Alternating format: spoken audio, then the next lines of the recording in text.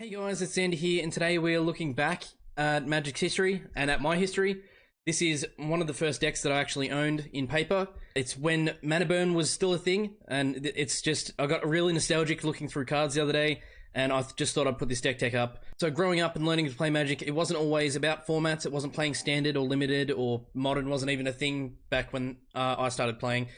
It was about getting around, playing cards with your friends, just kitchen table Magic, just whatever cards I've got, I'll put a deck together and play with it.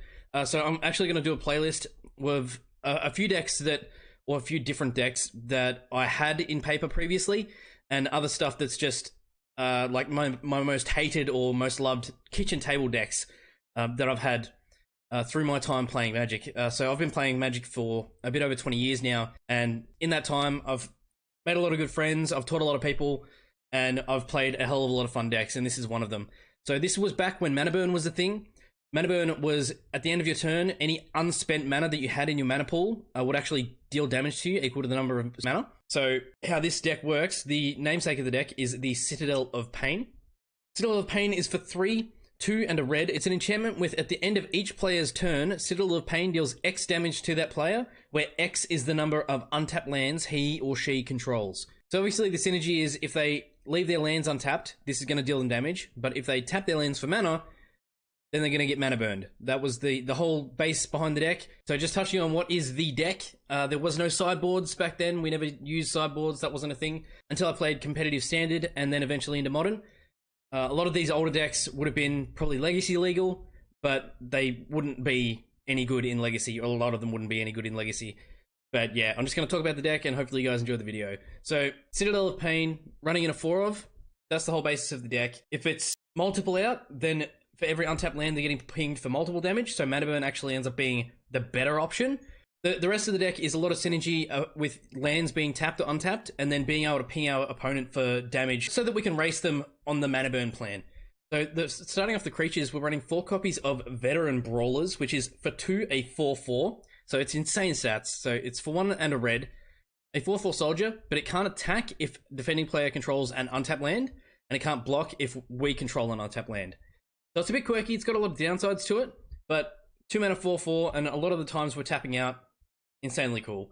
Its little brother is the 4 copies of Branded Brawlers, which is for 1 red, it's a 2/2, and then it's the same thing. If our opponent has an untapped land, we can't attack them. If we have an untapped land, we can't block. 2 copies of Scoria Cat, which is for 5, 3, and 2 red. It's a 3/3 cat. Scoria Cat gets +3/+3 as long as you control no untapped lands. So obviously this is an absolute all-star in terms of just raw hitting power. It ends up being a 5 mana 6/6. Again, this is back when I started playing Magic. The power level of decks was not stupidly competitive, but this used to be something that was really cool. It obviously wasn't as good as something like a Shivan Dragon, which I used to run in other decks, but yeah, it's still a really cool card. 2 copies of Spur Grappler, which is for 3. A 2/1 beast, it gets +2/+1 as long as you control no untapped lands, so it's a 4/2 for 3. So pretty good stats, as long as we're on our no untapped land plan. One of the mana sinks in the deck, and one of the cool ways to get damage, was the 3 copies of Molten Hydra, which is for 2, 1, and a red. It's a 1/1 Summon Hydra, with pay 3, 1, and 2 red. You put a +1/+1 counter on Molten Hydra, and then it's got tap, remove all +1 counters from Molten Hydra to deal 1 damage to target creature or player for each +1 counter removed this way. I used to do a whole lot of work just playing kitchen table Magic. It was a great card. I absolutely love it. 1 copy of Avatar of Fury, which is for 8, 6, and 2 red. It's a 6/6 Avatar with flying. And if an opponent controls 7 or more lands, Avatar costs 6 less to play. And it's got Fire Breathing, which is pay 1 red to give it +1/+0 until end of turn. That's one of the things the deck tried to do as well, was throw as much stuff as it could into mana sinks, so that Citadel of Pain wouldn't deal us as much damage, because we're just spending our mana. So Avatar of Fury was a great one for that. And obviously, if we can play it at a 2 cost for 2 or 6/6 flyer with Fire Breathing, insanely good value. Obviously, playing kitchen table Magic, there wasn't a lot of turn 4 decks like there would be in modern. The games were a lot slower. We used to play in bigger games. There'd be 4 or 5 people around the table. Everyone would just be in this just great grand melee, and yeah, it'd be a whole lot slower than what it was. So it wouldn't be hard for us to be playing this at a 2 cost. A single copy of Latular Keldon Overseer, which is for 5, 3, and 2 red. It's a 3/3 creature spell shaper legend. With X and 1, tap it and discard 2 cards from our hand, and then it deals X damage to target creature or player. It's another mana sink in the deck, another great way to deal damage. It's Fireball on a stick at the expense of discarding a couple of cards. Used to be a really good card, hell of a lot of fun. For 1 red, it's a creature enchantment, so you throw it on a creature, and then it gives Fire Breathing to the creature, which is pay 1 red, give it +1/+0 until end of turn. Obviously, we can throw this on any one of our creatures, turns it into a mana sink, us able to spend our mana, again, not taking damage from Citadel of Pain. Also on the mana sink side of stuff, we're running 2 copies of Fireball.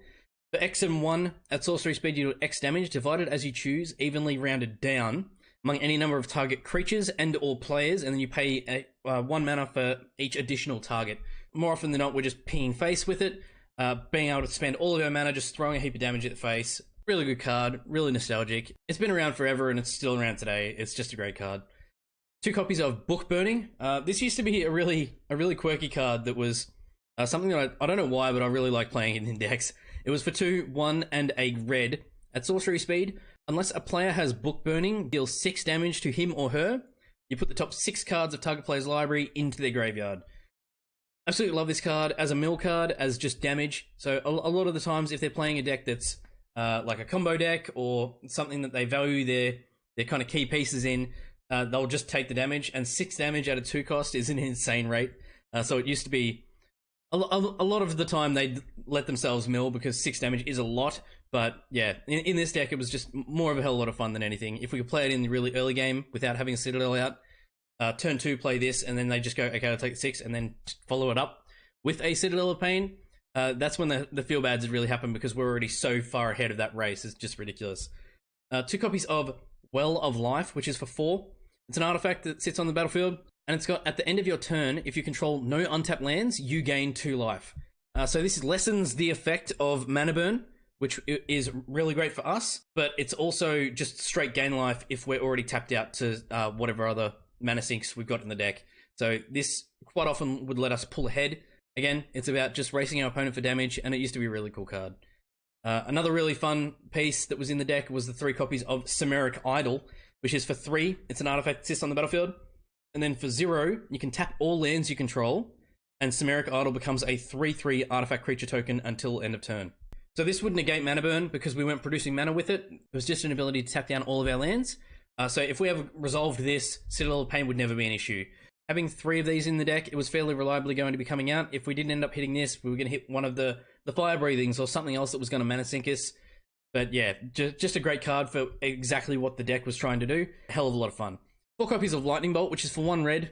At instant speed, you deal 3 damage to a creature or player. If you were playing anything red, it had Lightning Bolts in it.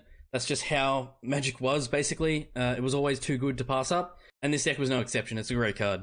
And to finish off the spells in the deck, I was running 4 copies of Brobeat, which is for 3, 2, and a red. At sorcery speed, unless a player has Brobeat, deal 5 damage to him or her, target player draws 3 cards. This was an insanely good card in the deck.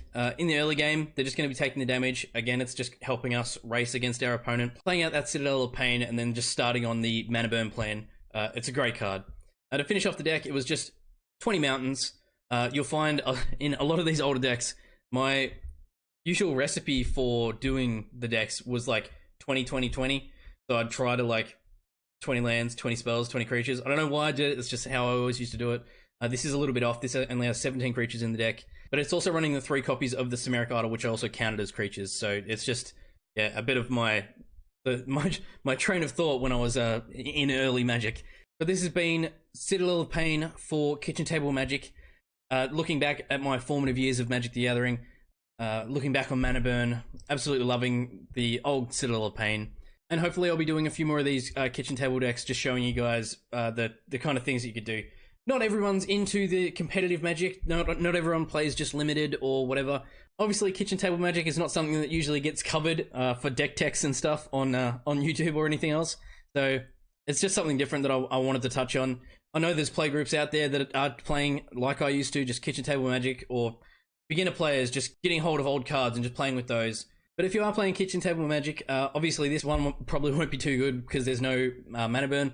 But some of the ones that I'm going to be doing in the future, definitely look at maybe putting them together if you're doing it, because they're going to be a hell of a lot of fun, and they used to be a lot of fun when I was playing them. So thanks for watching, guys.